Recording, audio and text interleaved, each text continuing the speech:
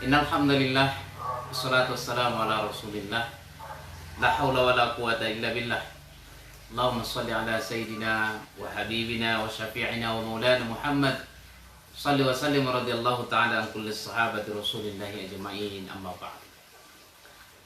Kawan-kawanku di penjuru dunia, apa kabar? Hari ini spesial, saya hadir di live untuk menyapa dan sekaligus mendoakan mudah-mudahan kita semua senantiasa dalam sehat walafiat dan diberikan kelapangan oleh Allah Subhanahu wa taala. Kiranya bertambah ketakwaan kita dalam setiap kesempatan, bertambah kesyukuran kita atas segala nikmat yang diberikan, bertambah pula kesabaran atas segala derita duka yang ditimpakan, bertambah ketawaduan kita atas segala pencapaian. Salawat beriring salam semoga senantiasa dilimpahkan kehadiran junjungan kita di Muhammad sallallahu alaihi wasallam. Allahumma shalli wa sallim wa barik alaihi.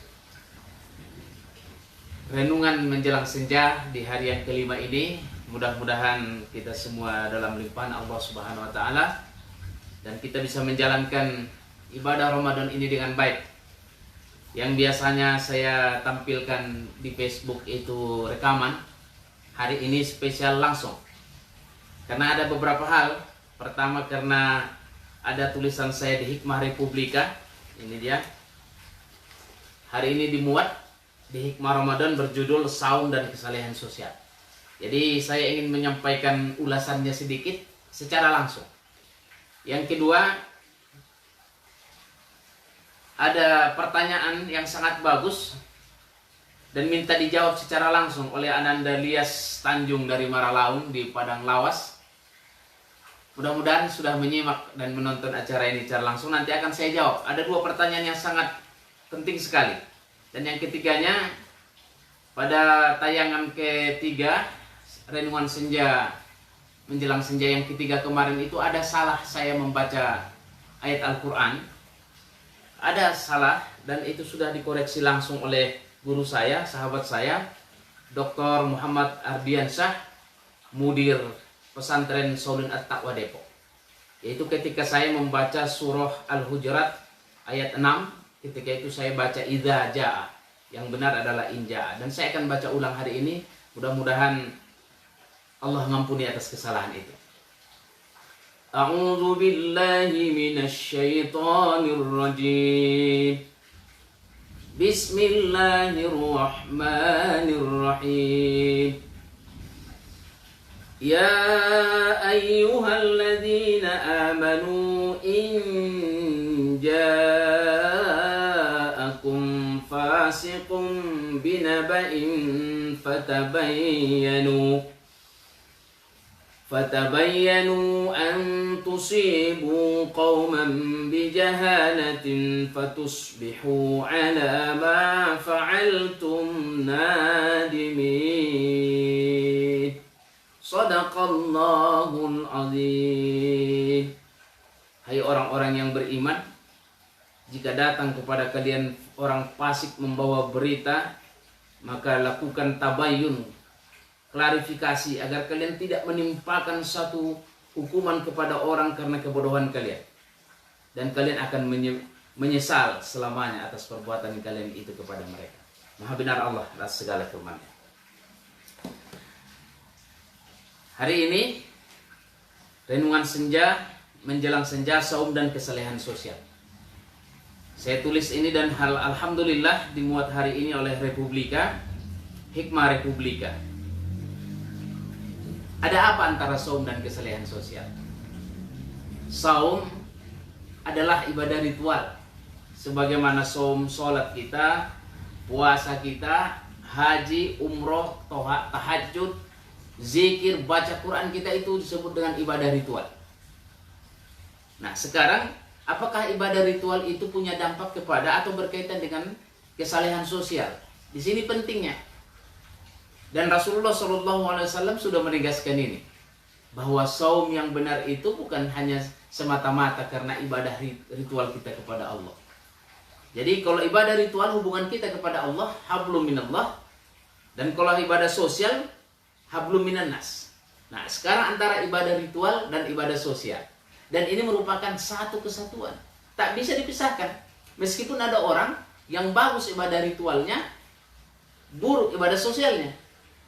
Tapi yang benar adalah bagus ibadah ritualnya, puasanya bagus, sholatnya bagus, bagus pula sosialnya. Dan itu disebut dengan kesalehan sosial. Mestinya semakin bagus puasa kita, semakin peduli kita pada orang lain.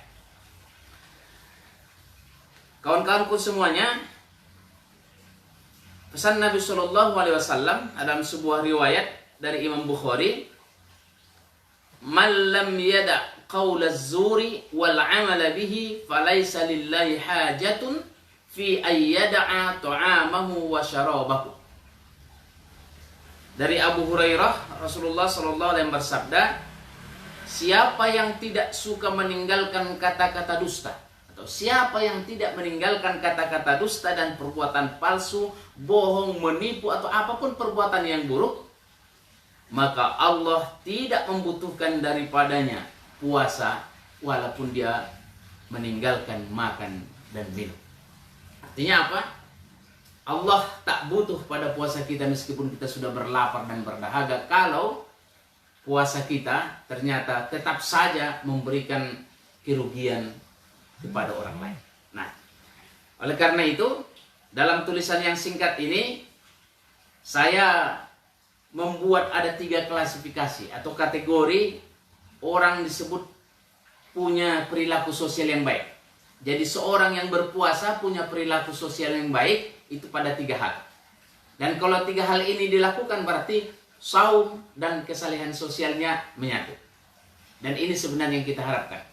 Yang pertama, suka menolong orang lain. Suka menolong orang lain. Mestinya orang yang berpuasa tumbuh dalam dirinya kesadaran suka menolong, suka bersedekah. Barang siapa yang memberi makan orang yang berbuka puasa, ia akan mendapatkan seperti pahala orang yang berpuasa tanpa mengurangi pahala orang yang berpuasa itu sedikit pun. Hadis riwayat At-Tirmizi. Artinya apa? Kalau kita berpuasa, lantas kita bersedekah kepada orang yang berbuka puasa, kita dapat pahala dari orang yang kita beri sedekah itu, dan dia tak dikurangi. Nah, persoalannya sekarang, apakah hanya pada saat orang berbuka puasa baru dapat kita pahalanya? Tidak. Tidak. Nah, justru itu ditanamkan di sini, bersedekah kepada orang yang kelaparan, bersedekah kepada orang yang kesusahan. Sekarang ini kehidupan kita sedang sulit, banyak orang yang susah. Bahkan ada yang sudah tak makan. Meskipun pemerintah sudah memberikan bantuan, tapi masih banyak sekali yang belum mendapatkan. Sebahagian kita sudah berjuang memberikannya. Nah, puasa ini mestinya menumbuhkan kedermawanan kita. Bukan hanya pada saat orang berpuasa kita bersedekah, atau di bulan Ramadan kita bersedekah, tapi juga setelah Ramadan ini selesai. Jadi berhasil tidaknya kita berpuasa kalau kita tumbuh rasa ingin menolong atau suka menolong orang lain. Senang bersedekah kepada orang lain. Baik pada di bulan Ramadan maupun setelah Ramadan ini berlalu. Karena Ramadan ini mengajarkan supaya kita senang bersedekah. Kita menginginkan lahirnya anak-anak kita nanti yang dermawan. Kaya dan dermawan. Bukan kaya tapi bakhil. Tapi kaya dan dermawan. Andaikan pun sekarang kita tidak sanggup memberikan pertolongan, bantuan berupa materi, masih bisa kita memberikan apa yang kita miliki. Yunfiqu dzu sa'atin min sa'atihi wa man qadira 'alaihi rizquhu falyunfiq mimma ataahu Allah. Bagi yang lapang, kalian sedang lapang, bersedekahlah dengan harta itu. Tapi bagi yang sekarang ini dalam kesulitan, tetap bersedekah dengan apa yang kita miliki, yang karunia dari Allah ini. Bahkan senyum pun sedekah. Menolong orang lain dengan tenaga pikiran bersedekah. Artinya kita tetap menjadi orang-orang yang senang bersedekah. Itu yang pertama. Yang kedua, apa yang kesalehan sosial yang tumbuh setelah kita puasa? Menjaga diri dari keburukan. Menjaga diri dari keburukan. Artinya apa? Pada saat kita puasa, jangan sekali-kali kita justru berbuat buruk. Hilang pahala puasa kita. Puasa tapi mencaci maki orang. Puasa tapi menipu orang. Puasa tapi mencuri. Puasa tapi berbohong. Maka tidak ada pahala dari puasanya. Mestinya puasa itu menumbuhkan kesalahan sosial. Kalau tandanya kita puasa, maka lidah pun ikut puasa, mata kita pun ikut puasa, perbuatan kita pun puasa, dari segala macam keburukan. Rasulullah pernah mengingatkan ini nih, kam min so'imin laisa lahul jaza illal ju' wal atas. Betapa banyaknya orang berpuasa tapi tak dapat pahala apa-apa dari puasanya kecuali lapar dan dahaga aja. Kenapa? Karena puasa dia tapi perbuatannya tetap merugikan orang lain. Gitu. Dan ini puasa yang tidak bermakna apa-apa. Gitu ya. Yang ketiga, apa perilaku sosial yang ditumbuhkan dari puasa itu? Menjadi penggerak kebaikan. Menjadi penggerak kebaikan. Menjadi orang baik atau orang soleh tidak hanya dengan kita bersedekah karena kita punya harta, atau kita tidak merugikan orang lain, tapi bisa mengambil peran yang ketiga ini. Dan ini sangat penting, menjadi penggerak, menjadi muslih, penebar kebaikan. Karena itu dalam surah Al-Ma'un, ara'aita alladhi yukadzibu bid-din fadzalikal ladzi yad'ul yatim wa la yahuddu wa la tu'amil miskin. Celaka orang yang beragama yang tidak membantu orang-orang miskin, orang anak-anak yatim, dan tidak mendorong wala tahadduna ala tu'amil miskin. Mereka tidak mendorong, artinya tidak menggerakkan orang untuk memberikan pertolongan atau memberdayakan orang lain. Jadi kalau kita tak punya harta, kita masih punya pikiran. Bergeraklah dengan pikiran. Punya waktu kita. Jadi perlu penggerak. Di tengah masyarakat ini perlu penggerak. Kalau orang kaya, kalau tidak digerakkan, kadang tidak bergerak dia. Tapi begitu ada yang menggerakkan, orang kaya pun menjadi dermawan. Tadinya dia tidak punya pikiran untuk bersedekah. Dia sibuk, silap, lupa apa dia. Begitu ada yang mengingatkan, bergerak lagi. Maka disitulah pentingnya ada penggerak. Ada mubaligh, ada da'i di sini. Ada penggerak sosial. Nah, inilah 3 hal yang diambil dari saum dan kesalehan sosial dari tulisan The Hikmah Republika hari ini. Kawan-kawanku di penjuru dunia, saya di bagian akhir ini ingin menjawab pertanyaan dari Ananda Lias Tanjung di Maralaung dan semua kawan-kawan di seluruh penjuru dunia. Ini ada pertanyaan yang bagus sekali. Pertanyaannya adalah, apa hukumnya orang rajin ibadah tapi menyakiti hati orang lain? Nah, ini sedap nih pertanyaannya nih. Nampaknya banyak kali hal yang ini terjadi di tengah kita, tengah masyarakat kita. Ini sebenarnya sudah terjawab pada renungan senja menjelang senja yang kedua, yang hakikat kebangkrutan. Atau kebangkrutan hakiki ya, kebangkrutan hakiki. Ketika itu saya menjelaskan sebuah hadis dari Rasulullah SAW itu tentang muflis. Atadaruna manil muflis. Kalian tahu tidak ada siapa itu orang-orang yang bangkrut? Tanya Rasulullah SAW kepada para sahabat. Dalam kitab Khuluqul Muslim, tulisan karya Muhammad Al-Ghazali, dicantumkan hadis ini. Atadaruna manil muflis. Kalian tahu siapa orang yang bangkrut itu? Qalu, para sahabat menjawab, al-muflisu fina man la dirhama lahu wala mata'. Orang yang bangkrut itu adalah orang yang tidak punya dirham dan tidak punya perhiasan. Nah, tapi Rasulullah menjelaskan bukan itu sebenarnya yang bangkrut itu bangkrut ekonomi saja, gampang itu. Nanti kalau ada orang rugi, ada orang masih bisa. Kalau di dunia ini kita bangkrut dalam usaha, masih ada harapan kita bisa bangkit lagi. Dan betapa banyak orang yang bangkrut bisa bangkit lagi. Tapi kalau yang disebut dengan muflis itu nggak ada peluang kembali lagi. Kenapa? Kata Rasul, sesungguhnya orang-orang muflis itu adalah mereka ya'ti yaumal qiyamati bi sholatin wa siyamin wa zakatin. Mereka nanti di hari kiamat datang dengan pahala solatnya, puasanya, zakatnya.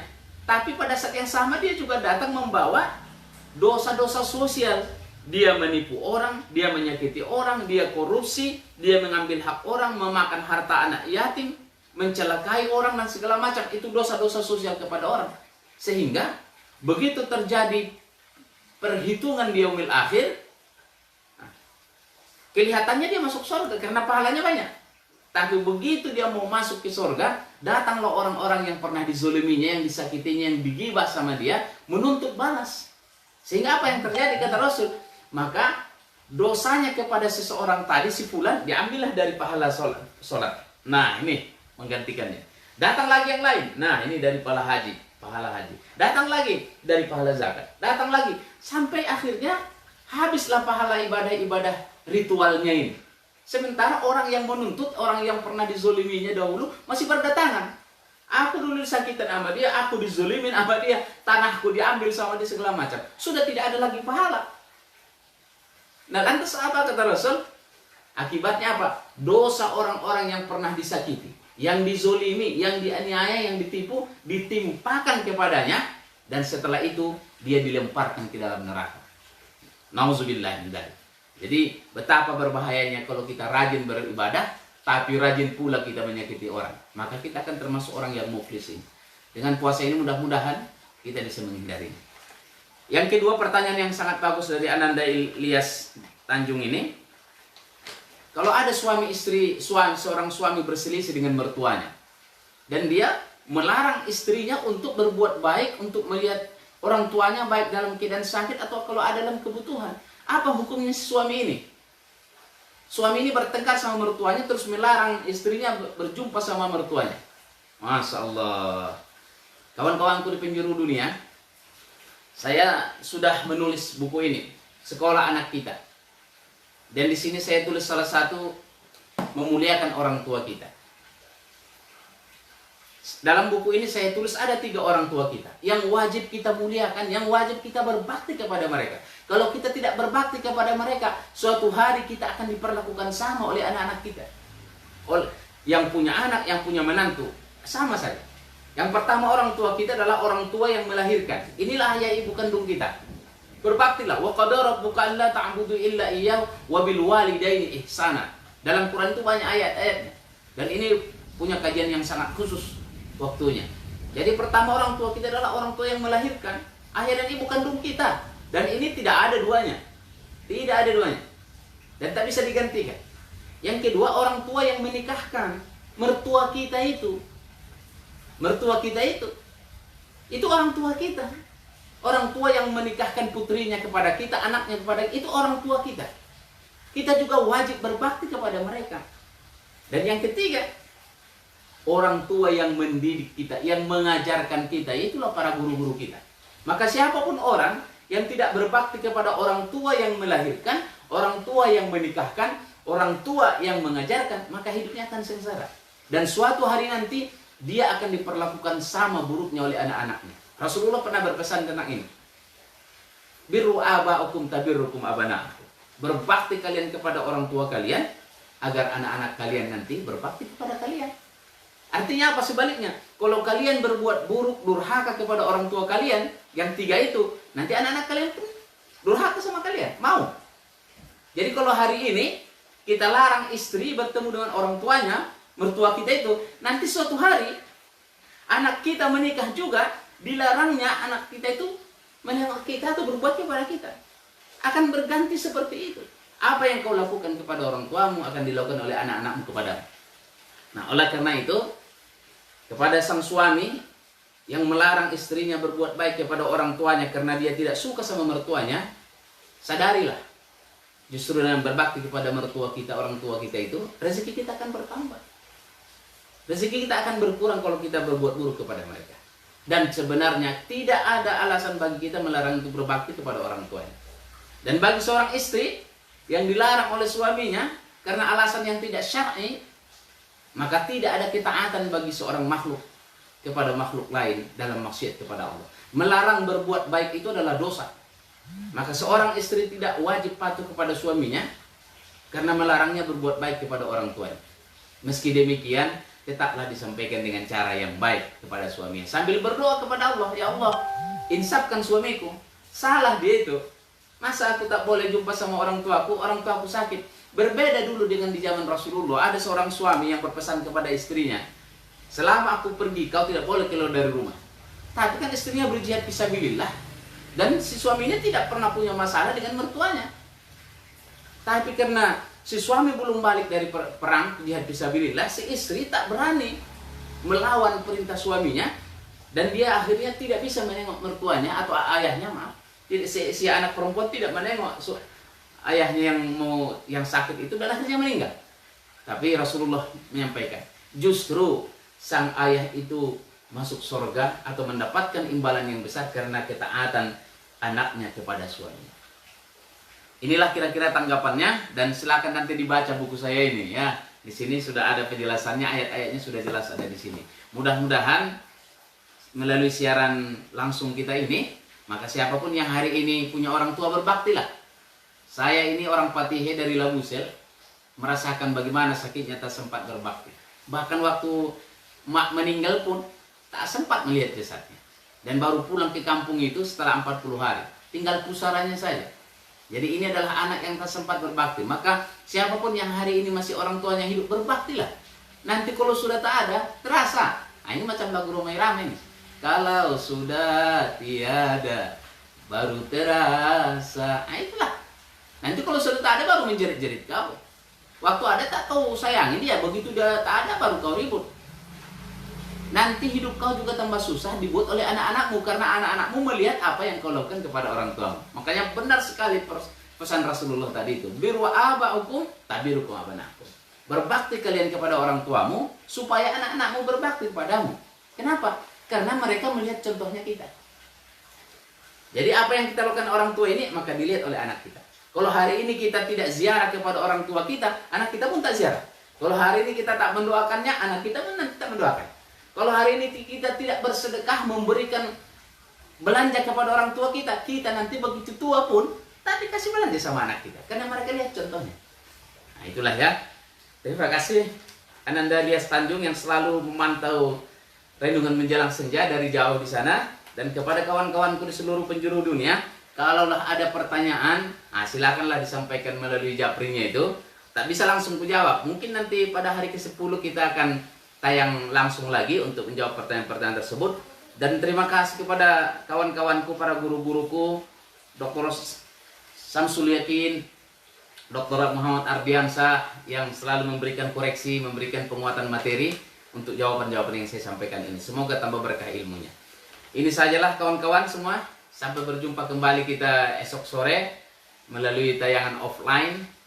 Mudah-mudahan Allah Subhanahu wa taala mengampuni segala dosa kita, diterima segala amal kebaikan kita, dan ibadah Ramadan kita ini diijabah oleh Allah Subhanahu wa taala. Dari Telaga Kahuripan Bogor, kita berdoa kepada Allah. Allahumma sholli ala sayyidina Muhammad wa ala ali sayyidina Muhammad. Allahumma ighfir lana dzunubana wa liwalidina warhamhum kama rabbawna shighara. Ya Allah, ampuni dosa-dosa kami, dosa kedua orang tua kami. Sayangi mereka ya Allah sebagaimana mereka menyayangi kami di waktu kecil. Allahumma rabbana taqabbal minna innaka antas samiul alim wa tub alaina ya Allah innaka antat tawwabur rahim. Rabbana hab lana min azwajina wa dzurriyyatina qurrata a'yun waj'alna lil muttaqina imama. Ya Allah, anugerahi kami, pasangan hidup kami, anak-anak kami menjadi anak yang soleh dan solehah, sejuk mata memandang, damai hati merasakan, dan mereka menjadi pemimpin bagi orang yang bertakwa. Ya Allah, lindungi anak kami yang sedang berjuang menuntut ilmu di negeri yang jauh, dimanapun mereka berada. Bimbing mereka ya Allah menjadi anaknya yang soleh dan solehah, agar mereka nanti menjadi jalan bagi kami menggapai surga-Mu. Andaikanlah tak cukup amal ibadah kami masuk surga ya Allah, mudah-mudahan kesalehan anak kami lah yang akan menghantarkan kami ke dalam surga. Amin ya Allah ya Rabbal Alamin. Demikian, hadanallahu yakum ajma'in, wabillahi taufiq wal hidayah. Wassalamualaikum warahmatullahi wabarakatuh. Horas.